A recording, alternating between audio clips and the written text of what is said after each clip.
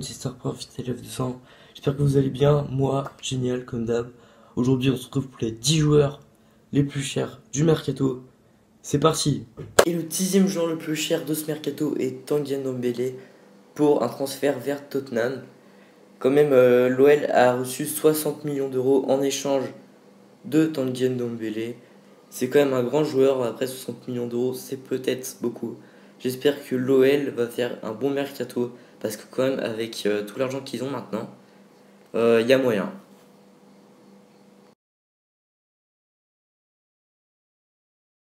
Numéro 9, Rodri à Manchester City pour la somme de 70 millions d'euros. Alors franchement, oui, d'accord, c'est cher, mais vu la saison qu'il fait en ce moment, franchement, ça valait le coup. Il commence déjà très bien à Manchester City. Franchement, un bon joueur avec beaucoup d'avenir.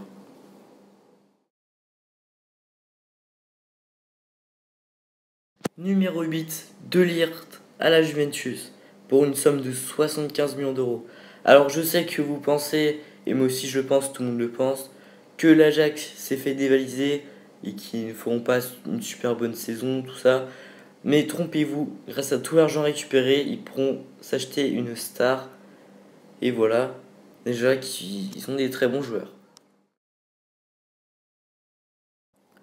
Numéro 7, Frenkie de Jong au Barça pour 75 millions d'euros, comme son ancien coéquipier Mathis de Ligt. Là, il est transféré vers un grand club pour 75 millions d'euros. Là, l'Ajax, ils ont beaucoup d'argent et ils pourront donc s'acheter un très bon joueur. Déjà que Frenkie de Jong fait des très bons débuts au FC Barcelone.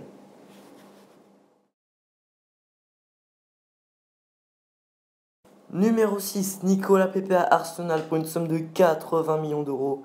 Franchement, une super attaque l'année prochaine, Arsenal. Le trio Aubameyang, Pepe, Lacazette. D'ailleurs, Pepe 80 millions d'euros.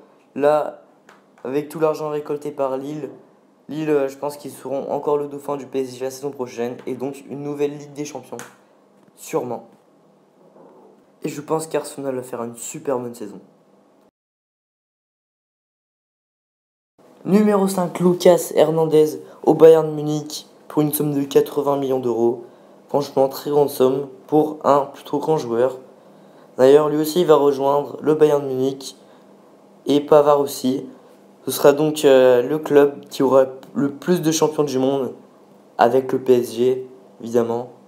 Les trois champions du monde seront Hernandez, Tolisso et Benjamin Pavard.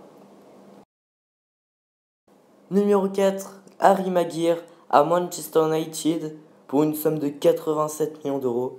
Franchement, là c'est juste le défenseur le plus cher de toute l'histoire. Alors là, forcément, il a un petit peu la pression de la part des supporters, mais je pense que c'est aussi un bon attaquant. Mais après 87 millions d'euros, je trouve quand même c'est beaucoup. D'ailleurs, j'en ai parlé dans ma dernière vidéo, je mettrai le lien en description.